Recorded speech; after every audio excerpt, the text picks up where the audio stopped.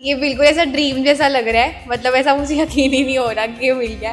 But हाँ, सबसे पहले तो मैं भगवान का थैंक यू बोलूंगी कि मैं यहाँ पे पहुँच पाई हूँ। तो मैंने ना 7th क्लास में सोचा था कि मुझे जज बनना है। उस टाइम तो ऐसा क्रेज में था कि हाँ ऑर्डर ऑर्डर तो वैसा सोचा था। बट जैसे जैसे 10th के बाद फिर मैंने 11th 12th में कोचिंग की। कहाँ देखा था? ऑर्डर ऑर्डर दोबारा बताएं। मूवीज में देखा था जैसे। तो कॉलेज में क्लासेस खत्म हो जाती थी 2 बजे, उसके बाद 1-2 घंटा सो के 4 बजे मैं लाइब्रेरी चली जाती थी। फिर उसके बाद 3 घंटे की कोचिंग की क्लासेस होती थी। फिर सैटरडे संडे को उनके असाइनमेंट्स आते थे कि आपको ये लिख के भेजने, क्योंकि मेंस के एग्जाम में आपको राइटिंग प्रैक्टिस बहुत ज़रूरी है। तो मैंने आप लगा लो 5-6 घंटे, मतलब 3 घंटे उनकी क्लासेस के हो गए, 3 घंटे रिविजन के हो गए, जो भी करना होता था। फिर मेरे दोस्त बहुत अच्छे थे BA LLB के, मेरे मतलब हमारा ग्रुप का नाम था जेम्स, तो मेरे सच्ची जेम्स थे वो। और अभी LLM के भी दोस्त बहुत अच्छे थे।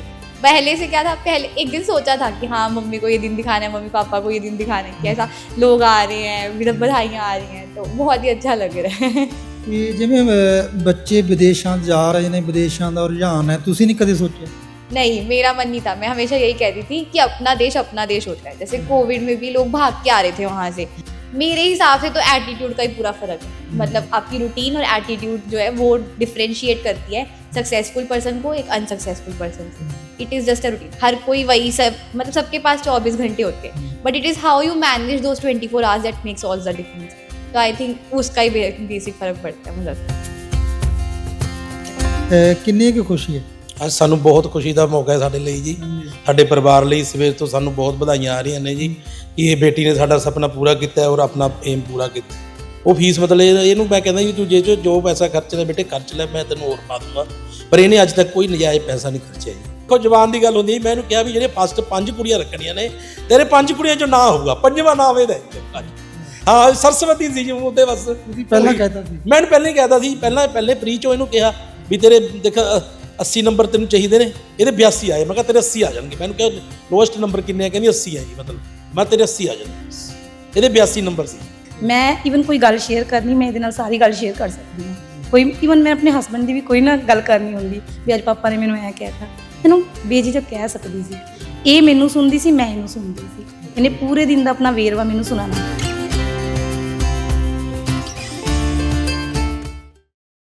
ਇੱਥੇ ਕਦੇ ਧੀਆਂ ਨੂੰ ਕੁੱਖ ਦੇ ਵਿੱਚ ਵੀ ਮਾਰਿਆ ਜਾਂਦਾ ਸੀ, ਪਰੰਤੂ ਅੱਜ ਜਿੱਥੇ ਬਹੁਤ ਸਾਰੇ ਖੇਤਰਾਂ ਦੇ ਵਿੱਚ ਧੀਆਂ ਨੇ ਜਿਹੜੀਆਂ ਉਹ ਮੁੰਡਿਆਂ ਦੇ ਨਾਲੋਂ ਅੱਗੇ ਜਿਹੜੇ ਹੈਗੇ, ਹਰ ਖੇਤਰ ਵਿੱਚ ਅੱਗੇ ਨੇ। ਬਹੁਤ ਸਾਰੇ ਖੇਤਰਾਂ ਵਿੱਚ ਭਾਵੇਂ ਵਿਦੇਸ਼ਾਂ ਤੱਕ ਵੀ ਜਿਹੜਾ ਹੈਗਾ ਧੀਆਂ ਨੇ ਆਪਣੇ ਮਾਪਿਆਂ ਦਾ ਔਰ ਦੇਸ਼ ਦਾ ਨਾਮ ਰੌਸ਼ਨ ਕੀਤਾ। ਉੱਥੇ ਹੀ ਰਿਆਸਤੀ ਸ਼ਹਿਰ ਨਾਭਾ ਦੀ ਗੱਲ ਕਰਾਂਗੇ, ਜਿੱਥੇ ਇੱਕ 23 ਸਾਲ ਦੀ ਬੱਚੀ ਨੇ ਜੱਜ ਦਾ ਜਿਹੜਾ ਟੈਸਟ ਹੈ ਉਹ ਕਲੀਅਰ ਕੀਤਾ। ਜਿੱਥੇ ਨਾਭਾ ਸ਼ਹਿਰ ਦੇ ਲਈ, ਇਲਾਕੇ ਲਈ ਮਾਣ ਦੀ ਗੱਲ ਹੈ, ਉੱਥੇ ਹੀ ਦੇਸ਼ ਦੇ ਵਿੱਚੋਂ 5ਵਾਂ ਰੈਂਕ ਜਿਹੜਾ ਹਾਸਲ ਕੀਤਾ। ਸੋ ਬੇਟੀ ਮੁਸਕਾਨ ਗਰਗ ਨਾਲ ਆਪਾਂ ਵਿਸ਼ੇਸ਼ ਗੱਲਬਾਤ ਕਰਾਂਗੇ। ਰੋਜ਼ਾਨਾ ਸਪੋਕਸਮੈਨ ਤੇ ਬੇਟਾ ਆਪ ਜੀ ਦਾ ਸਵਾਗਤ ਹੈ। Thank you. ਤੇ ਬੇਟਾ ਇਹ ਦੱਸੋ ਕਿ ਤੁਹਾਡੇ ਜਿਹੜੀ ਕਿੰਨੀ ਖੁਸ਼ੀ ਮਹਿਸੂਸ ਹੋ ਰਹੀ ਹੈ? ਸਭ ਤੋਂ ਪਹਿਲਾਂ ਇਹ ਦੱਸੋ। ये बिल्कुल ऐसा ड्रीम जैसा लग रहा है, मतलब ऐसा मुझे यकीन ही नहीं हो रहा कि ये मिल गया। बट हाँ, सबसे पहले तो मैं भगवान का थैंक यू बोलूंगी कि मैं यहाँ पे पहुँच पाई हूँ। फिर मेरे पेरेंट्स का, जिन्होंने हमेशा सपोर्ट किया है ठीक मुझे। है बेटा, आपके जहन में, ਤੁਹਾਡੇ ਜਹਿਨ ਵਿੱਚ ਕਦੋਂ ਆਇਆ ਕਿ ਮੈਂ ਜੱਜ ਬਣਨਾ? ਤੁਹਾਡੇ ਜਹਿਨ ਤੁਹਾਡੇ ਮਾਤਾ ਪਿਤਾ ਦਾ ਸੁਪਨਾ ਸੀ ਜਾਂ ਤੁਹਾਡਾ ਸੁਪਨਾ ਸੀਗਾ? तो मैंने ना 7th क्लास में सोचा था कि मुझे जज बनना है। उस टाइम तो ऐसा क्रेज में था कि हाँ ऑर्डर ऑर्डर तो वैसा सोचा था। बट जैसे जैसे 10th के बाद फिर मैंने 11th 12th में कोचिंग की। कहाँ देखा था? ऑर्डर ऑर्डर दोबारा बताना। मूवीज में देखा था जैसे कि कोर्ट का सीन वगैरह, तो बहुत ही फैसिनेटिंग सा लगता था उस टाइम पे। तो फिर मैंने अपने टीचर को बोला था कि वो पूछते नहीं होते कि आपको क्या बनना है बड़े होके, तो मैंने तब बोला था कि जज बनना है। तो फिर घर वालों के दिमाग में वो रह गया। तो फिर आगे फिर लॉ परस्यू किया, मतलब 11th 12th में कोचिंग लेके थोड़ा बहुत क्लैट का टेस्ट दिया था। फिर तो NLU पटियाला मिल गया था, और फिर वहाँ पे भी ऐसा ही माहौल था जुडिशरी वाला। तो फिर वहाँ पे ऐसा पक्का हो गया 4th ईयर में कि जुडिशरी करना है आगे। तो ऐसा मतलब घर से भी सपोर्ट था, खुद का भी एम था बहुत। ਪੜ੍ਹਾਈ ਤੁਸੀਂ ਨੇ ਕਿੱਥੋਂ ਜਿਹੜੀ ਹੁਣ ਤੱਕ ਪੜ੍ਹਾਈ ਕੀਤੀ ਹੈ, ਪੜ੍ਹਾਈ ਬਾਰੇ ਜ਼ਰੂਰ ਜਾਣਕਾਰੀ ਦਿਓ।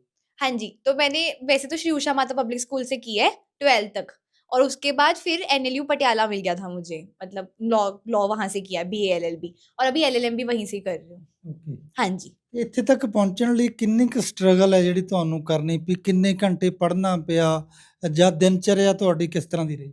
हाँ जी, मतलब मुझे ना शुरू से ही पढ़ना बहुत पसंद था, मतलब छोटे होते से ही कोई बुक हो कुछ भी हो, मतलब पढ़ने में ही रही हूँ मैं। तो ये स्ट्रगल से कम ऐसा फैसिनेटिंग ज़्यादा था मेरे लिए पढ़ना, बट टेंशन वगैरह हो जाती थी कि पता नहीं आगे चीज़ें सही वर्कआउट करेंगी नहीं करेंगी, तो पेरेंट्स का बहुत सपोर्ट रहा कि नहीं सही होगा सब कुछ।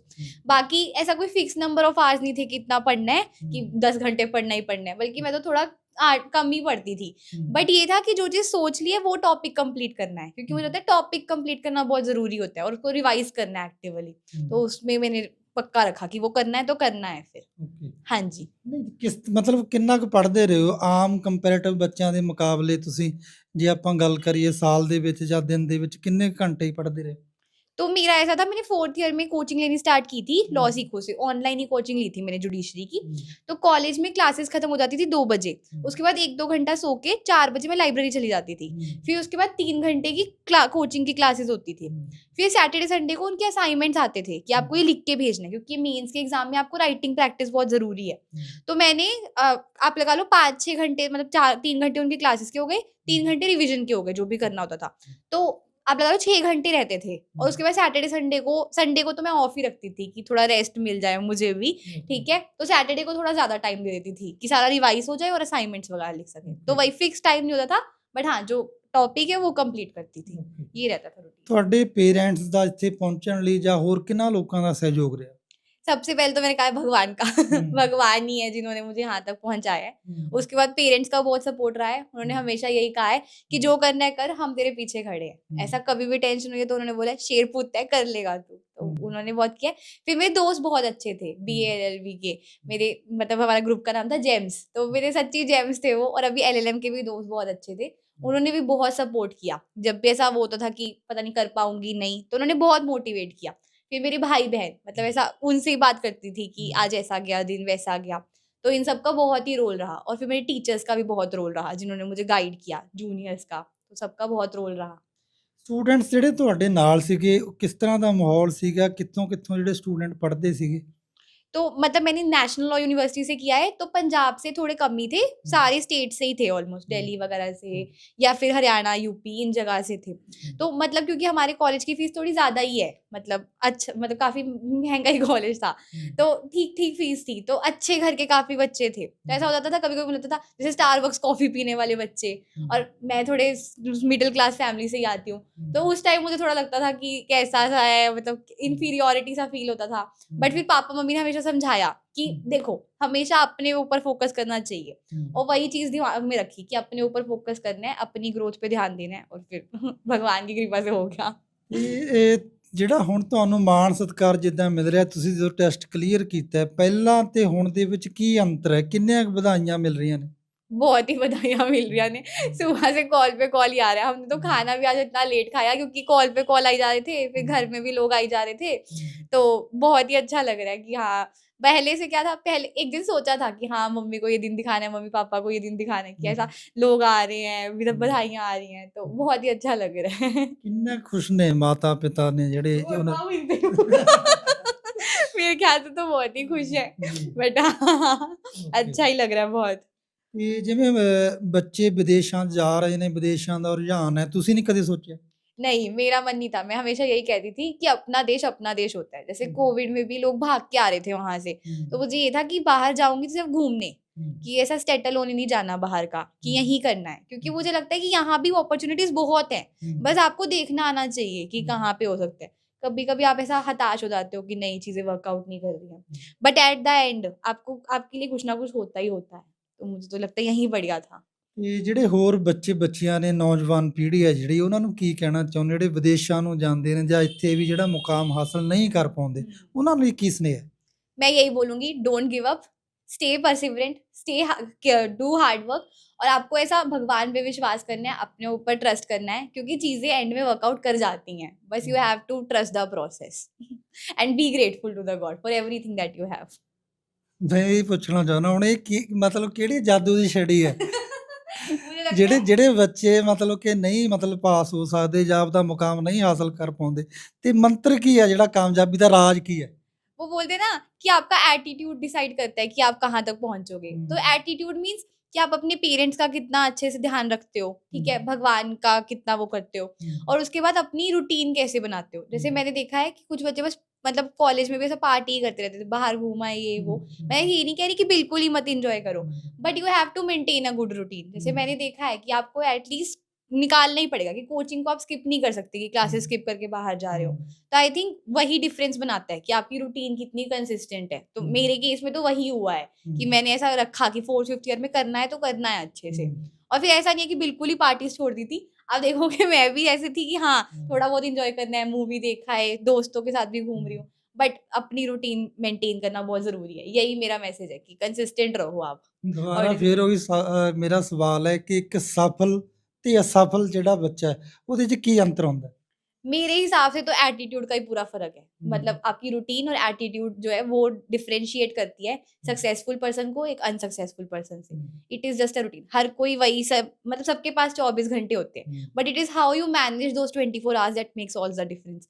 तो आई थिंक उसका ही बेसिक फर्क पड़ता है, मुझे लगता है।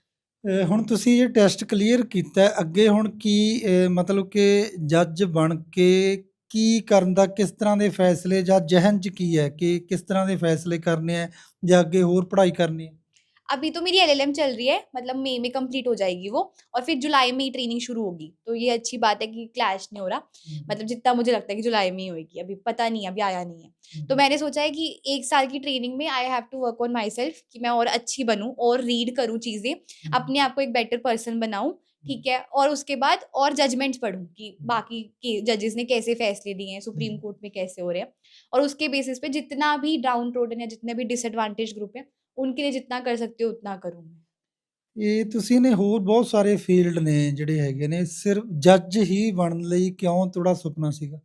मुझे ना लॉ में बहुत इंटरेस्ट था। जैसे मैंने कहा कि कोर्ट रूम्स और justice, criminal law system, courts कैसे वर्क कर रहे हैं, तो मुझे हमेशा से इंटरेस्ट था। और न्यूज़पेपर पढ़ना भी बहुत पसंद था। तो जैसे आप पढ़ते हो कि सुप्रीम कोर्ट की एक गाइडलाइन आई और उसने पूरा चेंज कर दिया सिनेरियो ही, ठीक है। कोई भी गाइडलाइन आती है तो उसका बहुत ही इम्पैक्ट होता है किसी भी फील्ड में। तो तब मेरा मन था कि एक जज के पास ऐसा पावर होती है कि वो कितना चेंज ला सकता है। तो फिर तब मेरा मन था कि इसी फील्ड में जाना है मुझे। ਜਿਹੜਾ ਸਾਡੇ ਦੇਸ਼ ਦਾ ਸਿਸਟਮ ਹੈ, ਇਸ ਕੁਰਸੀ ਤੇ ਬਹਿ ਕੇ ਕੋਈ ਇਸ ਤਰ੍ਹਾਂ ਦਾ ਕੋਈ ਡਿਸੀਜਨ ਤੁਹਾਡਾ ਜਾਂ ਕੀ ਹੋਣਾ ਚਾਹੀਦਾ ਦੇਸ਼ ਦੇ ਅੰਦਰ, ਕੋਈ ਇਸ ਤਰ੍ਹਾਂ ਸੋਚੇਗਾ? नहीं, इतना तो अभी नहीं सोचा। मतलब मुझे लगता है जब मैं उस पे बैठी होंगी तब ज़्यादा अच्छे से कंट्रीब्यूट कर पाऊंगी। अभी तो बस मेरा ये मन है कि मैं जितना भी हो सके जस्टिस सर्व कर पाऊँ, मतलब जितना भी फेयरली लोगों के लिए काम कर पाऊँ उतना कर पाऊँ। ਕੋਈ पैसे ਪ੍ਰਸਿੱਧ में- ਹਸਤੀ ਦੇਸ਼ ਦੀ ਜਾਂ ਵਿਦੇਸ਼ ਦੀ, ਦੁਨੀਆ ਦੀ, ਕੋਈ ਜਿਹਨੇ ਤੁਹਾਨੂੰ ਪ੍ਰਭਾਵਿਤ ਕੀਤਾ ਹੋਵੇ, ਜਿਹਦੇ ਤੁਸੀਂ ਨਕਸ਼ੇ ਕਦਮ ਤੇ ਚੱਲਣਾ चाहते हो? सबसे पहले तो मेरे मम्मी पापा वही मेरे रोल मॉडल हैं। उन्होंने ही मुझे सबसे ज़्यादा मोटिवेट किया है, इन्फ्लुएंस किया है, सपोर्ट किया है। उनसे एनकरेजमेंट मिली है कि हाँ, hard work is the key of the success. बाकी मेरे टीचर्स भी बहुत ही वो थे, इंस्पिरेशनल थे। क्योंकि जैसे कुछ टीचर्स थे वो पीपी रह चुके हैं, पब्लिक प्रोसिक्यूटर, और कुछ टीचर्स थे जो अभी कोचिंग वगैरह दे रहे हैं, तो उन्होंने भी बहुत मोटिवेट किया है। बाकी ऐसा कोई वो नहीं है कि लॉ में कोई रोल मॉडल टाइप, बट हाँ, जितने भी मैंने जजेस की बायोग्राफीज पढ़ी हैं, जैसे एक मैंने पढ़ी थी रोजेज इन डिसम्बर, वो हमारे सीनियर ने कही थी, MC चागला की है, जस्टिस MC चागला की बायोग्राफी है। तो उन सबको पढ़ के भी मुझे पता चलता है कि हाउ डू जजेस think, how do they view situations. तो that has also motivated me. ਤੁਸੀਂ ਕੀਮਤੀ ਸਮਾਂ ਸਾਡੇ ਚੈਨਲ ਲਈ ਦਿੱਤਾ, ਕੀਮਤੀ ਵਿਚਾਰ ਦੱਸੇ, ਤੁਹਾਡਾ ਬਹੁਤ ਬਹੁਤ ਧੰਨਵਾਦ। ਤੁਹਾਡਾ ਵੀ ਬਹੁਤ ਬਹੁਤ ਧੰਨਵਾਦ। ਬੇਟੀ ਦੇ ਮਾਤਾ ਪਿਤਾ ਸਾਡੇ ਨਾਲ ਨੇ, ਕਿੰਨੀ ਕੁ ਖੁਸ਼ੀ ਮਹਿਸੂਸ ਕਰ ਰਹੀ ਹੈ ਅੱਜ ਤੁਹਾਡੀ ਬੇਟੀ ਹੈ ਜਿਹੜੀ ਉਹ ਜੱਜ ਦਾ ਜਿਹੜਾ ਐਗਜ਼ਾਮ ਹੈ, ਜਿਹੜਾ ਟੈਸਟ ਕਲੀਅਰ ਕੀਤਾ ਹੈ, ਕਿੰਨੀ ਕੁ ਖੁਸ਼ੀ ਹੈ? ਅੱਜ ਸਾਨੂੰ ਬਹੁਤ ਖੁਸ਼ੀ ਦਾ ਮੌਕਾ ਹੈ ਸਾਡੇ ਲਈ ਜੀ, ਸਾਡੇ ਪਰਿਵਾਰ ਲਈ। ਸਵੇਰ ਤੋਂ ਸਾਨੂੰ ਬਹੁਤ ਵਧਾਈਆਂ ਆ ਰਹੀਆਂ ਨੇ ਜੀ ਕਿ ਇਹ ਬੇਟੀ ਨੇ ਸਾਡਾ ਸੁਪਨਾ ਪੂਰਾ ਕੀਤਾ ਹੈ ਔਰ ਆਪਣਾ ਏਮ ਪੂਰਾ ਕੀਤਾ ਹੈ। ਇਹਦਾ ਸ਼ੁਰੂ ਹੀ ਤੋਂ ਹੀ ਮਤਲਬ ਇਹੀ ਸੁਪਨਾ ਸੀ ਵੀ ਮੈਂ ਜੱਜ ਬਣਨਾ ਹੈ। ਮੈਂ ਇਹਨੂੰ ਸ਼ੁਰੂ ਤੋਂ ਇਹੀ ਗੱਲ ਕਹਿੰਦਾ ਰਿਹਾ ਵੀ ਬੇਟੇ ਅਸੀਂ ਤੈਨੂੰ ਸਪੋਰਟ ਕਰ ਸਕਦੇ ਹਾਂ, ਪੜ੍ਹਨਾ ਤੈਨੇ ਹੈ। ਤੋ ਇਹਨੇ ਆਪਣਾ ਪੂਰਾ ਟਾਈਮ ਵੀ ਦਿੱਤਾ ਜੀ। ਦੇਖੋ 5 ਸਾਲ ਹੋ ਗਏ ਅੱਜ ਇਹ ਘਰ ਤੋਂ ਬਾਹਰ ਪੜ੍ਹਨ 'ਚ ਇਹਦਾ ਮਨ ਲੱਗਿਆ ਹੋਇਆ ਹੈ, ਅਤੇ ਘਰ ਤੋਂ ਬਾਹਰ ਪੜ੍ਹੇ ਰਹੀ ਹੈ 5 ਸਾਲ। ਬਸ ਵਿੱਚ ਨੂੰ ਕਦੇ ਮਹੀਨੇ 15 ਦਿਨ 'ਚ ਆਉਂਦੀ ਸੀ ਜੀ। ਤਾਂ ਮੈਨੂੰ ਬਹੁਤ ਸ਼ੌਂਕ ਹੁੰਦਾ ਸੀ ਵੀ ਮੈਂ ਇਹਨੂੰ ਨਾਲ ਲਿਜਾ ਕੇ ਕੋਈ ਨਾ ਕੋਈ ਮਤਲਬ ਚੀਜ਼ ਖਿਲਾਵਾਂ, ਨਾਲ ਘੁਮਾਵਾਂ। ਇਹ ਮੈਨੂੰ ਸ਼ੌਂਕ ਹੁੰਦਾ ਸੀ ਬਹੁਤ। ਇਹ ਵੀ ਮਤਲਬ ਇਹ ਉੱਥੇ ਜਦੋਂ ਪੜ੍ਹਦੀ ਸੀ ਜੀ, ਮੈਨੂੰ ਪਤਾ ਹੈ ਵੀ ਇਹ ਸ਼ਾਮ ਨੂੰ ਜਦੋਂ ਮੰਮੀ ਨੇ ਆਪਣੀ ਫੋਨ ਕਰਦੀ ਵੀ ਮੈਂ ਅੱਜ ਲਾਇਬ੍ਰੇਰੀ 'ਚ ਪਾਪਾ ਮੰਮੀ ਕਲਾਸਾਂ ਲਗਾ ਰਹੀ ਹਾਂ, ਤਾਂ ਲਾਇਬ੍ਰੇਰੀ 'ਚ ਇਹਨੂੰ ਮੈਂ ਇੱਕ ਮਤਲਬ ਇੰਸਟੀਚਿਊਟ ਤੋਂ ਲਾ ਸੀ, ਇੱਕੋ ਹੈ ਜੀ, ਉਹ ਤੋਂ ਇੱਕ ਇਹਨੂੰ ਪੈਕੇਜ ਲੈ ਕੇ ਦਿੱਤਾ ਹੋਇਆ ਸੀਗਾ ਜਿਹਦੇ ਲਈ ਇਹ ਨਾਲ ਇਹ ਟ੍ਰੇਨਿੰਗ ਕਰ ਰਹੀ ਸੀ, ਪੜ੍ਹਦੇ BA LLB ਕਰਦੇ ਇਹ ਜੱਜ ਦੀ ਕੋਚਿੰਗ ਨਾਲ ਲੈ ਰਹੀ ਸੀ ਜੀ ਉੱਥੇ। ਉਹਦਾ ਇਹ 1-2 ਘੰਟਾ ਉੱਥੇ ਲਾਇਬ੍ਰੇਰੀ 'ਚ ਕੱਢ ਕੇ ਸ਼ਾਮ ਨੂੰ ਉਹਦੀਆਂ ਦੀ ਰਿਕਾਰਡਿੰਗ ਕਲਾਸਾਂ ਉਹਨਾਂ ਦੀ ਜੋ ਵੀ ਸੀ ਇਹ ਸੁਣਦੀ ਰਹੀ ਜੀ। ਤੇ ਇਹਨੇ ਆਪਣਾ ਏਮ ਪੂਰਾ ਕੀਤਾ ਜੀ। ਸਾਨੂੰ ਬਹੁਤ ਖੁਸ਼ੀ ਦਾ ਮੌਕਾ ਜੀ। ਸਾਡਾ ਮਤਲਬ ਖੁਸ਼ੀ ਦਾ ਕੋਈ ਠਿਕਾਣਾ ਹੀ ਨਹੀਂ ਹੈ, ਬਸ ਇੰਨਾ ਕਹੋ ਵੀ ਕਿੰਨੀਆਂ ਕੁ ਵਧਾਈਆਂ ਆ ਰਹੀਆਂ? ਬਹੁਤ ਵਧਾਈਆਂ ਆ ਰਹੀਆਂ ਜੀ। ਸਵੇਰ ਤੋਂ ਕੱਲ ਤੋਂ ਹੀ ਫੋਨ ਆ ਰਹੇ ਨੇ ਜੀ, ਕੱਲ ਤੋਂ ਹੀ ਫੋਨ ਰੁਕ ਨਹੀਂ ਰਿਹਾ ਜੀ। ਫੋਨ ਸਾਰੇ ਮਤਲਬ ਜਿੰਨੀਆਂ ਵੀ ਨੇ, ਬਹੁਤ ਸਾਡੀ ਇਤਿਹਾਸਕ ਨਗਰੀ ਹੈ ਇਹ, ਸਾਡੀ ਮਿੰਨੀ ਕਾਸ਼ੀ ਹੈ ਜੀ। ਉਰੇ ਸਾਨੂੰ ਬਹੁਤ, ਅਸੀਂ ਸਮਾਜ ਸੇਵਾ ਨਾਲ ਵੀ ਜੁੜੇ ਹੋਏ ਹਾਂ ਜੀ। ਸਾਡੀ ਹਰਸ਼ ਬਲੱਡ ਡੋਨਰ ਸੁਸਾਇਟੀ ਹੈ, ਸਾਡੇ ਪ੍ਰਧਾਨ ਜੀ ਨੇ ਭਵੇਸ਼ ਜੀ, ਅਸੀਂ ਸਮਾਜ ਸੇਵਾ ਨਾਲ ਜੁੜੇ ਹੋਏ ਹਾਂ। ਤਾਂ ਉਹਨਾਂ ਦੀ ਵੀ ਸਾਨੂੰ ਬਹੁਤ ਵਧਾਈਆਂ ਆ ਰਹੀਆਂ, NGO ਨਾਲ ਜੁੜੇ ਹੋਏ ਹਾਂ ਜੀ। ਕਿੰਨਾ ਕੁ ਸੰਘਰਸ਼ ਕਰਨ ਲਿਆ ਬੇਟੀ ਨੂੰ ਇਸ ਮੁਕਾਮ ਤੱਕ ਪਹੁੰਚਾਉਣ ਲਈ? ਸੰਘਰਸ਼ ਕਿੰਨਾ ਕਰਨਾ ਪਿਆ? ਸੰਘਰਸ਼ ਤਾਂ ਦੇਖੋ ਕੁਛ ਨਹੀਂ ਕਰਨਾ ਪਿਆ ਜੀ, ਸਿਰਫ ਸਪੋਰਟ ਸੀ ਜੀ। ਇਹਨੇ ਬਹੁਤ ਸੰਘਰਸ਼ ਕਰਿਆ ਜੀ, ਕਿਉਂਕਿ ਇਹਨੇ ਆਪਣਾ ਮਨ ਮਾਰ ਕੇ ਵੀ ਕੋਈ ਵੀ ਚੀਜ਼ ਹੈ, ਜਿਵੇਂ ਇਹ ਕਿਹਨੇ ਦੱਸਿਆ ਤੁਹਾਨੂੰ ਵੀ ਸਟੱਡੀ ਮਹਿੰਗੀ ਸੀ ਬਹੁਤ, ਤਾਂ ਜਿਹੜੇ ਬੱਚੇ ਇਹਦੇ ਨਾਲ ਸੀਗੇ ਉਹ ਕਾਫੀ ਬੱਚੇ ਹਾਈਐਸਟ ਮਤਲਬ ਰਿਚ ਪਰਸਨ ਬੱਚੇ ਸੀਗੇ ਜੀ। ਇਹ ਮਤਲਬ ਆਪਾਂ ਹੈਗੇ ਮਿਡਲ ਕਲਾਸ ਫੈਮਿਲੀ ਤੋਂ ਦੇਖੋ ਕਹੀਏ ਜੀ। ਤਾਂ ਮੈਂ ਇਹਦੀ ਫੀਸ ਇਹਨੂੰ ਪਹਿਲਾਂ ਹੀ ਇਹਦੇ ਐਡਵਾਂਸ ਇਹਦੇ ਅਕਾਊਂਟ 'ਚ ਰੱਖਦਾ ਸੀ, ਕਿਉਂਕਿ ਕੋਈ ਪਤਾ ਨਹੀਂ ਕਦ ਕਾਲਜ ਵਾਲੇ ਕਹਿ ਦੇਣ ਫੀਸ ਭਰ ਦਿਓ ਜੀ। ਉਹ ਫੀਸ ਮਤਲਬ ਇਹਨੂੰ ਮੈਂ ਕਹਿੰਦਾ ਵੀ ਤੂੰ ਜੋ ਪੈਸਾ ਖਰਚਣਾ ਬੇਟੇ ਖਰਚ ਲੈ, ਮੈਂ ਤੈਨੂੰ ਹੋਰ ਪਾ ਦੂੰਗਾ। ਪਰ ਇਹਨੇ ਅੱਜ ਤੱਕ ਕੋਈ ਨਜਾਇਜ਼ ਪੈਸਾ ਨਹੀਂ ਖਰਚਿਆ ਜੀ, ਕਿਉਂਕਿ ਸਾਰੀ ਪਾਸਬੁੱਕ ਮੇਰੇ ਕੋਲ ਹੀ ਸੀਗੀ, ਮੈਂ ਐਂਟਰੀ ਕਰਦਾ ਸੀ। ਮਤਲਬ ਜੋ ਇਹਨੂੰ ਜ਼ਰੂਰੀ ਸਮਝਦੀ ਸੀ ਉਹੀ ਖਰਚਦੀ ਸੀ ਜੀ।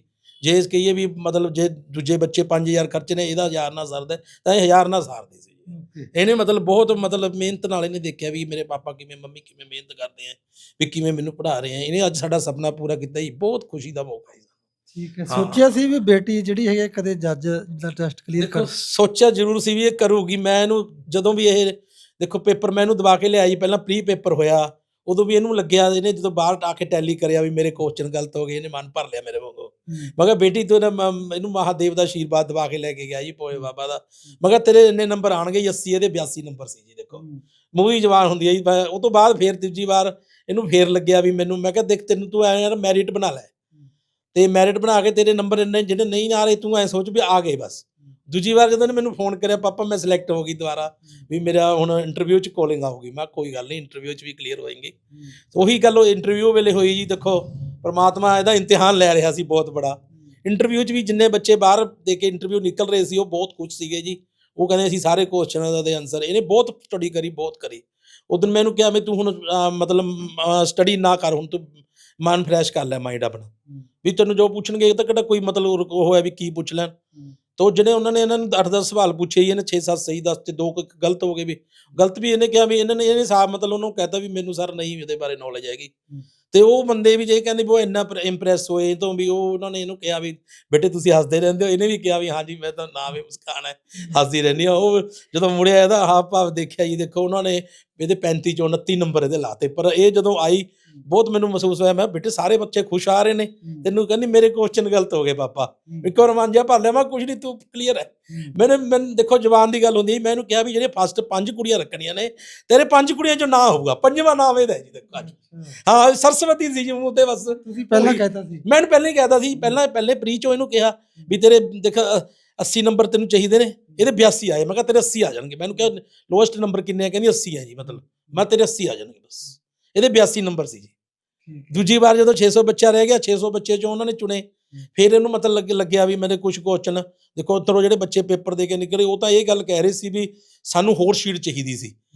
ਇਹ ਕਹਿੰਦੀ ਮੇਰੀ ਉਹੀ ਨਹੀਂ ਭਰੀ। ਮੈਂ ਕਿਹਾ ਬੇਟੇ ਉਹ ਤਾਂ ਸੀਟਾਂ ਹੋਰ ਮੰਗ ਰਹੇ ਸੀ। ਕਹਿੰਦੀ ਮੈਂ ਇਹਨੂੰ ਕਿਹਾ, ਮੈਂ ਕਿਹਾ ਜਿਹੜਾ ਐਗਜ਼ਾਮੀਨਰ ਸੀ ਜਿਹੜੀ ਚੀਜ਼ ਪੁੱਛਣਾ ਚਾਹੁੰਦਾ ਸੀ ਤੈਨੂੰ ਉਹਨਾਂ ਜਵਾਬ ਦੇਤਾ। ਇਹ ਨਹੀਂ ਵੀ ਤੈਨੇ ਪੇਜ ਭਰਨੇ ਸੀ, ਤੈਨੂੰ ਕੋਈ ਫਰਕ ਨਹੀਂ ਪਿਆ। ਤੈਨੇ ਕਹਿੰਦੀ ਮੈਂ ਉਹ ਤੋਂ ਬਾਅਦ 15 ਮਿੰਟ ਮੈਨੂੰ ਹੋਰ ਮਿਲ ਗਏ ਫਰੀ। ਮੈਂ ਕਹਿੰਦੀ ਵੀ ਮਤਲਬ ਮੇਰਾ ਪੇਜ ਨਹੀਂ ਪੂਰਾ ਭਰਿਆ। ਮੈਂ ਕਿਹਾ ਜਿਹੜਾ ਉਹਨੇ ਤੈਨੂੰ ਪੁੱਛਣਾ ਸੀ ਤੈਨੇ ਉਹਦਾ ਜਵਾਬ ਦੇ ਤਾ ਉਹਨੂੰ, ਬਸ ਉਹ ਤੇਰੇ ਨੰਬਰ ਲਾਊਗਾ ਹੁਣ ਪੂਰੇ। ਇਹਦੇ ਪੂਰੇ ਨੰਬਰ ਲੱਗੇ ਜੀ। ਦੇਖੋ 5ਵਾਂ ਰੈਂਕ ਆਲ ਇੰਡੀਆ ਰੈਂਕ ਇਹਦਾ ਆ ਗਿਆ ਜੀ ਰਾਜਸਥਾਨ ਤੋਂ ਜੀ। ਤੇ ਬਹੁਤ ਬੜੀ ਅਚੀਵਮੈਂਟ ਇਹਨੇ ਕਰੀ ਹੈ ਬੇਟੀ ਨੇ ਜੀ। ਬਹੁਤ ਨਾਮ ਹੋ ਰਿਹਾ ਜੀ। ਨਾਭੇ ਸੰਸਥਾ ਦਾ ਸਾਨੂੰ ਬਹੁਤ ਫੋਨ ਆ ਰਹੇ ਨੇ ਸਵੇਰ ਦੇ। ਸਾਡਾ ਬਹੁਤ ਮਤਲਬ ਸਾਨੂੰ ਖੁਸ਼ੀ ਦਾ ਮੌਕਾ ਐਡਾ ਜਾਣੀ ਕਈ ਸਾਲਾਂ ਬਾਅਦ ਐਂ ਲਾਭ ਮਿਲਿਆ। ਬਾਕੀ ਬੱਚਿਆਂ ਨੂੰ ਕੀ ਕਹੋਗੇ? ਬਾਕੀ ਬੱਚਿਆਂ ਨੂੰ ਵੀ ਇਹੀ ਕਹਾਂਗੇ ਜੀ ਵੀ ਉਹ ਆਪਣਾ ਮਾਂ-ਬਾਪ ਦਾ ਆਪਣਾ ਖਿਆਲ ਰੱਖਦੇ ਹੋਏ ਪੜ੍ਹਨ, ਪੈਸਾ ਨਜਾਇਜ਼ ਨਾ ਖਰਾਬ ਕਰਨ, ਟਾਈਮ ਦੇਣ। ਮਤਲਬ ਚਾਹੇ 2 ਘੰਟੇ ਦੇਣੇ ਆ ਚਾਹੇ ਘੰਟਾ ਦੇਣੇ ਆ, ਟਾਈਮ ਦੇਣਗੇ ਤਾਂ ਉਹਨਾਂ ਨੂੰ ਟਾਈਮ ਦਾ ਮੁੱਲ ਮਿਲੂਗਾ। ਮੁਸਕਾਨ ਗਰਗ ਦੀ ਮਾਤਾ ਜੀ ਵੀ ਸਾਡੇ ਨਾਲ ਨੇ। ਕੀ ਤੁਹਾਡੇ ਲਫ਼ਜ਼ ਨੇ, ਕੀ ਜਹਨ 'ਚ ਕਿੰਨੀ ਖੁਸ਼ੀ ਹੈ ਤੁਹਾਨੂੰ? ਮਤਲਬ ਅੱਜ ਇੱਕ ਨਾ ਡ੍ਰੀਮ ਪੂਰਾ ਹੋ ਗਿਆ ਮੇਰਾ। ਜੋ ਜੀ। ਡ੍ਰੀਮ ਦੇਖਦੇ ਨਾ ਪੇਰੈਂਟਸ ਕਹਿੰਦੇ ਜਦੋਂ ਬੱਚਾ ਪੈਦਾ ਹੁੰਦਾ ਹੈ ਉਦੋਂ ਤੋਂ ਹੀ ਸ਼ੁਰੂ ਹੋ ਜਾਂਦਾ ਹੈਗਾ ਪੇਰੈਂਟਸ ਦਾ ਡ੍ਰੀਮ ਦੇਖਣਾ ਕਿ ਵੀ ਹਾਂ ਮੇਰਾ ਬੱਚਾ ਜਿਸ ਮੁਕਾਮ ਤੇ ਪਹੁੰਚ ਜੂਗਾ, ਤਾਂ ਅੱਜ ਉਹ ਮੁਕਾਮ ਤੇ ਪਹੁੰਚ ਗਈ ਉਹ। ਤੁਹਾਡਾ ਸੁਪਨਾ ਸੀ ਇਹ? ਹਾਂਜੀ, ਇਹ ਮੇਰਾ ਸੁਪਨਾ ਸੀ ਕਿਉਂਕਿ ਇੱਕ ਇਹ ਸੁਪਨਾ ਮੈਨੇ ਦੇਖਿਆ ਸੀ। ਮੈਨੂੰ ਐ ਸੀ ਕਿ ਮੈਂ ਪੜ੍ਹ ਲਿਖ ਕੇ ਕਿਸੇ ਮੁਕਾਮ ਤੱਕ ਪਹੁੰਚਾਂ। ਚਲੋ ਘਰ ਦੀ ਜ਼ਿੰਮੇਵਾਰੀਆਂ ਜਿਵੇਂ ਮਰਜ਼ੀ ਲਗਾ ਲਓ, ਬਟ ਅੱਜ ਮੇਰੇ ਬੱਚੇ ਨੇ ਮੇਰਾ ਸੁਪਨਾ ਪੂਰਾ ਕਰਤਾ। ਜਦੋਂ ਕੋਈ ਵੀ ਮਾਂ-ਬਾਪ ਕਿਸੇ ਮੁਕਾਮ ਤੱਕ ਨਹੀਂ ਪਹੁੰਚ ਸਕਦਾ ਤਾਂ ਆਪਣੇ ਬੱਚਿਆਂ ਵਿੱਚ ਦੀ ਉਹ ਆਪਣਾ ਸੁਪਨਾ ਜਿਹੜਾ ਪੂਰਾ ਕਰਨ ਦੀ ਕੋਸ਼ਿਸ਼ ਕਰਦਾ। ਹਾਂਜੀ ਹਾਂਜੀ। ਕਿੰਨੇ ਕੁ ਸਟਰਗਲ ਕਰਨੀ ਪਈ ਜਾਂ ਕਿਸ ਤਰ੍ਹਾਂ ਬੇਟੀ ਨੂੰ ਇੱਥੇ ਤੱਕ ਜਿਹੜਾ ਹੈਗਾ ਲੈ ਕੇ ਆਏ? ਨਹੀਂ, ਸਟਰਗਲ ਤਾਂ ਖੈਰ ਮੈਨੂੰ ਕੋਈ ਕਰਨੀ, ਜਿਵੇਂ ਆਮ ਪੇਰੈਂਟਸ ਪਾਲਦੇ ਆ, ਮੈਨੇ ਉਦਾਂ ਹੀ ਉਹ ਕੀਤਾ ਹੈਗਾ, ਕੋਈ ਐਵੇਂ ਸਟਰਗਲ ਨਹੀਂ ਕੀਤੀ। ਬਟ ਇਹਨੇ ਕਹਿੰਦੇ ਨਾ, ਇਹ ਮੇਰੀ ਮਾਂ ਵਾਂਗੂ ਮਤਲਬ ਮੈਨੂੰ ਸਪੋਰਟ ਕਰਦੀ ਸੀ।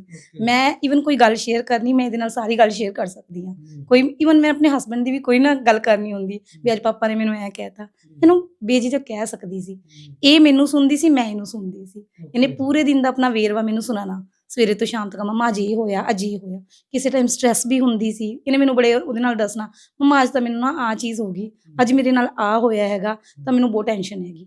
ਮੈंने ਬੜੇ ਧਿਆਨ ਨਾਲ ਇਹਨੂੰ ਸੁਣਨਾ, ਫਿਰ ਉਹਦਾ ਸੋਲੂਸ਼ਨ ਵੀ ਦੱਸਣਾ, ਅਰੇ ਇਹਨੇ ਸੁਣਨਾ ਵੀ ਤੇ ਅਮਲ ਵੀ ਕਰਨਾ।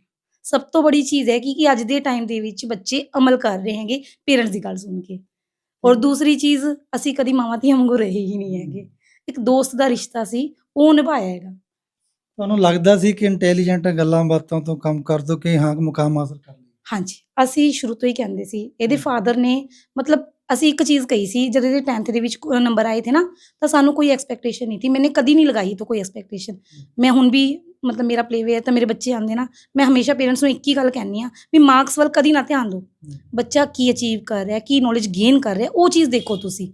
ਇਹੀ ਚੀਜ਼ ਮੈਂ ਇਹਨੂੰ ਸਮਝਾਈ ਹੈਗੀ ਵੀ ਤੂੰ ਨੌਲੇਜ ਗੇਨ ਕਰ, ਜਿੰਨੀ ਕਰ ਸਕਦੀ ਹੈ। ਮਾਰਕਸ ਆਪਣੇ ਲਈ ਕੋਈ ਮੈਟਰ ਨਹੀਂ ਕਰਦੇ ਹੈਗੇ। 10th ਦੇ ਵਿੱਚ ਇਹਨੇ ਟੌਪ ਕੀਤਾ, +2 ਚ ਇਹਨੇ ਟੌਪ ਕੀਤਾ। ਮਤਲਬ ਉਦੋਂ ਸਾਨੂੰ ਪ੍ਰਾਊਡ ਫੀਲ ਹੋਇਆ ਕਿ ਵੀ ਹਾਂ ਸਾਡਾ ਬੱਚਾ ਕਰ ਗਿਆ, ਬਟ ਐਕਸਪੈਕਟੇਸ਼ਨ ਕੋਈ ਨਹੀਂ ਥੀ। ਉਹ ਤੋਂ ਬਾਅਦ ਇਹਨੇ ਲੋ ਲਈ ਹੈਗੀ, ਲੋ ਦੇ ਵਿੱਚ ਅੱਗੇ ਗਈ। ਤਾਂ ਹੁਣ ਇਸ ਟਾਈਮ ਤੇ ਆ ਕੇ ਨਾ, ਮਤਲਬ ਜਦੋਂ ਇੱਕ ਹੋ ਗਈ ਸੀਟ ਤੇ ਵੀ ਐਗਜ਼ਾਮ ਕਲੀਅਰ ਕਰ ਗਈ, ਤਾਂ ਮਨ ਮਤਲਬ ਇਤਨਾ ਖੁਸ਼ ਹੋ ਰਿਹਾ ਹੈਗਾ ਵੀ ਹਾਂ ਬੱਚੇ ਨੇ ਕਰਤਾ, ਕਰ ਦਿਖਾਇਆ। ਬਹੁਤ ਬਹੁਤ ਮੁਬਾਰਕਾਂ ਤੁਹਾਨੂੰ। ਹਾਂਜੀ, ਧੰਨਵਾਦ ਤੁਹਾਨੂੰ ਵੀ। ਸਮਾਜ ਸੇਵੀ ਭੁਪੇਸ਼ ਬਾਂਸਲ ਸਾਡੇ ਨਾਲ ਨੇ। ਬਾਈ ਜੀ, ਇਹ ਪਰਿਵਾਰ ਨੇ ਕਿੰਨਾ ਕੁ ਸੰਘਰਸ਼ ਕੀਤਾ ਹੈ ਤੇ ਕੀ ਕਹੋਗੇ ਇਸ ਪਰਿਵਾਰ ਲਈ ਜਾਂ ਬੱਚੀ ਲਈ? ਇਹਨਾਂ ਦੇ ਮੁਸਕਾਨ ਗਰਗ ਦੇ ਪਿਤਾ ਜੀ ਸਾਡੇ ਨਾਲ ਸੁਸਾਇਟੀ 'ਚ ਵੀ ਸੇਵਾਵਾਂ ਨਿਭਾਉਂਦੇ ਨੇ। ਜਿਵੇਂ ਸਾਨੂੰ ਕਈ ਸਟੇਟ ਅਵਾਰਡ, ਡਿਸਟ੍ਰਿਕਟ ਅਵਾਰਡ ਮਿਲੇ ਨੇ, ਉਹ 'ਚ ਇਹਨਾਂ ਦਾ ਬਹੁਤ ਵੱਡਾ ਯੋਗਦਾਨ ਹੈ। ਚਾਹੇ ਅਸੀਂ ਇਹਨਾਂ ਦੀ ਡਿਊਟੀ ਕੋਈ ਫਾਈਨੈਂਸ਼ਲੀ ਲਗਾਈ ਹੈ ਜਾਂ ਕਿਤੇ ਆਉਣ ਜਾਣ ਦੀ ਇਹਨਾਂ ਦਾ ਸਮਾਂ ਲਿਆ, ਪਰ ਇਹਨਾਂ ਨੇ ਸਾਨੂੰ ਕਦੇ ਜਵਾਬ ਨਹੀਂ ਦਿੱਤਾ। ਉਸੇ ਤਰ੍ਹਾਂ ਇਹਨਾਂ ਦੇ ਬੱਚੇ ਵੀ ਨੇ, ਤਾਂ ਜਿਸ ਤਰ੍ਹਾਂ ਇਹ ਸੇਵਾਵਾਂ ਨਿਭਾਉਂਦੇ ਨੇ, ਇਹਨਾਂ ਦੇ ਵਾਈਫ, ਬੱਚੇ ਸਾਰਿਆਂ ਨੇ ਉਵੇਂ ਹੀ ਕਰਦੇ ਨੇ। ਅਤੇ ਸਾਨੂੰ ਵੀ ਬਹੁਤ ਖੁਸ਼ੀ ਦੀ ਗੱਲ ਹੈ ਕਿ ਸਾਡੀ ਸੁਸਾਇਟੀ ਦੇ ਸਕੱਤਰ ਨੇ, ਅਤੇ ਸਾਡੀ ਭਤੀਜੀ ਹੈ ਜਿਹਨੇ ਜੱਜ ਦਾ ਐਗਜ਼ਾਮ ਕਲੀਅਰ ਕੀਤਾ, ਅਤੇ ਸਾਡੇ ਨਾਭੇ ਦਾ ਨਾਮ ਰਾਜਸਥਾਨ 'ਚ ਵੀ ਬੋਲਿਆ, ਅਤੇ 5ਵੇਂ ਨੰਬਰ ਦਾ ਜਿਹੜਾ ਰੈਂਕ ਹਾਸਲ ਕੀਤਾ। ਸਾਡੇ ਅਗਰਵਾਲ ਭਰਾਵਾਂ ਲਈ ਵੀ ਬਹੁਤ ਮਾਣ ਦੀ ਗੱਲ ਹੈ ਜੋ ਨਾਭੇ ਦਾ ਨਾਮ ਰੋਸ਼ਨ ਹੋਇਆ। ਅਤੇ ਪਰਿਵਾਰ ਨੇ, ਜੇ ਆਪਾਂ ਸੰਘਰਸ਼ ਦੀ ਗੱਲ ਕਰੀਏ, ਤਾਂ ਇਹਨਾਂ ਦੇ ਪਿਤਾ ਜੀ ਨੇ ਪੋਸਟ ਆਫਿਸ LIC ਦੇ ਏਜੰਟ ਵਜੋਂ, ਸਲਾਹਕਾਰ ਵਜੋਂ ਜੋ ਸੇਵਾਵਾਂ ਨਿਭਾਈਆਂ ਨੇ ਉੱਥੇ, ਉਹਦੇ 'ਚ ਇਹਨਾਂ ਨੇ ਬਹੁਤ ਸੰਘਰਸ਼ ਕੀਤਾ। ਕਿਉਂਕਿ ਇਹ ਕੋਈ ਵੀ ਜੋਬ ਹੈ, ਚਾਹੇ ਆਪਾਂ ਕੰਮ ਕਰੀਏ, ਬੱਚਿਆਂ ਲਈ ਕਰਨਾ ਪੈਂਦਾ, ਪਰ ਇਹਨਾਂ ਨੇ ਬਹੁਤ ਬਾਖੂਬੀ ਨਿਭਾਇਆ ਅਤੇ ਆਪਣੇ ਬੱਚਿਆਂ ਨੂੰ ਵੀ ਨਾਲ ਧਿਆਨ ਰੱਖਿਆ। ਕਿਉਂਕਿ ਅਸੀਂ ਕਈ ਵਾਰ ਇਹਨਾਂ ਨੂੰ ਕਹਿ ਦਿੰਦੇ ਸੀ ਕਿਸੇ ਚੀਜ਼ 'ਚ, ਕਹਿੰਦੇ ਸੀ ਯਾਰ ਵੀ ਅੱਜ ਮੈਨੂੰ ਮਾਫੀ ਦਿਓ ਵੀ ਮੈਂ ਬੱਚਿਆਂ ਨਾਲ ਇੱਥੇ ਜਾਣਾ ਜਾਂ ਐਵੇਂ ਕਰਨਾ। ਇਹਨਾਂ ਨੇ ਪੂਰਾ ਸਾਥ ਦਿੱਤਾ। ਜਿਵੇਂ ਜਿਵੇਂ ਆਪਣਾ ਕਾਰੋਬਾਰ ਕੀਤਾ, ਬੱਚਿਆਂ 'ਤੇ ਵੀ ਪੂਰਾ ਇਹਨਾਂ ਨੇ ਧਿਆਨ ਰੱਖਿਆ। ਅਤੇ ਜਿਵੇਂ ਇਹਨਾਂ ਨੇ ਦੱਸਿਆ ਵੀ ਉਹਨੂੰ ਬੇਟੀ ਵਾਂਗੂ ਨਹੀਂ, ਬੇਟੇ ਵਾਂਗੂ ਪਿਆਰ ਕੀਤਾ ਅਤੇ ਬੇਟਾ ਹੀ ਬਣਾ ਕੇ ਰੱਖਿਆ ਉਹਨੂੰ। ਅਤੇ ਸਾਡੇ ਲਈ ਬਹੁਤ ਮਾਣ ਦੀ ਗੱਲ ਹੈ, ਅਤੇ ਸਾਡੇ ਨਾਭੇ ਲਈ ਇਹ ਬਹੁਤ ਜ਼ਿਆਦਾ ਮਾਣ ਦੀ ਗੱਲ ਹੈ, ਜੋ ਪੰਜਾਬ ਦੀ ਮਾਣ ਦੀ ਗੱਲ ਹੈ, ਜੋ ਰਾਜਸਥਾਨ 'ਚ ਸਾਡੇ ਨਾਭੇ ਦਾ ਨਾਮ ਵੀ ਬੋਲਿਆ। ਸੋ ਜਿੱਥੇ ਵਧਾਈਆਂ ਦੇਣ ਵਾਲਿਆਂ ਦਾ ਤਾਂਤਾ ਲੱਗਿਆ ਹੋਇਆ ਹੈ, ਉੱਥੇ ਹੀ ਰਾਮਕ੍ਰਿਸ਼ਨ ਭੱਲਾ ਜੀ, ਤੁਸੀਂ ਪਹੁੰਚੇ ਹੋ ਪਰਿਵਾਰ ਨੂੰ ਵਧਾਈਆਂ ਦੇਣ ਆਏ ਹੋ ਜੀ? ਬਿਲਕੁਲ ਜੀ, ਬਿਲਕੁਲ। ਸਾਡੇ ਲਈ ਨਾਭੇ ਲਈ ਇੱਕ ਬਹੁਤ ਹੀ ਮਾਣ ਵਾਲੀ ਔਰ ਖੁਸ਼ੀ ਦੀ ਗੱਲ ਹੈ ਕਿ ਸਾਡੀ ਬੱਚੀ, ਸਾਡੀ ਬੇਟੀ ਮੁਸਕਾਨ ਗਰਗ, ਜੋ ਜੱਜ ਦੇ ਰੂਪ ਵਿੱਚ ਆਪਣਾ ਕੰਮ ਕਰਨਗੇ, ਜੱਜ ਬਣਨਗੇ। ਨਾਭੇ ਦੇ ਹੋਣ ਕਰਕੇ ਸਾਨੂੰ ਬਹੁਤ ਮਾਣ ਹੈ। ਵਿਜੇ ਜੀ ਦਾ ਬਹੁਤ ਆਸ਼ੀਰਵਾਦ, ਉਹਨਾਂ ਦੀ ਬੇਟੀ ਹੈ, ਔਰ ਪਤਾ ਲੱਗਿਆ ਵੀ ਹਿੰਦੁਸਤਾਨ ਵਿੱਚ ਇਹ ਬੇਟੀ ਨੇ 5ਵਾਂ ਰੈਂਕ ਪ੍ਰਾਪਤ ਕੀਤਾ ਹੈ।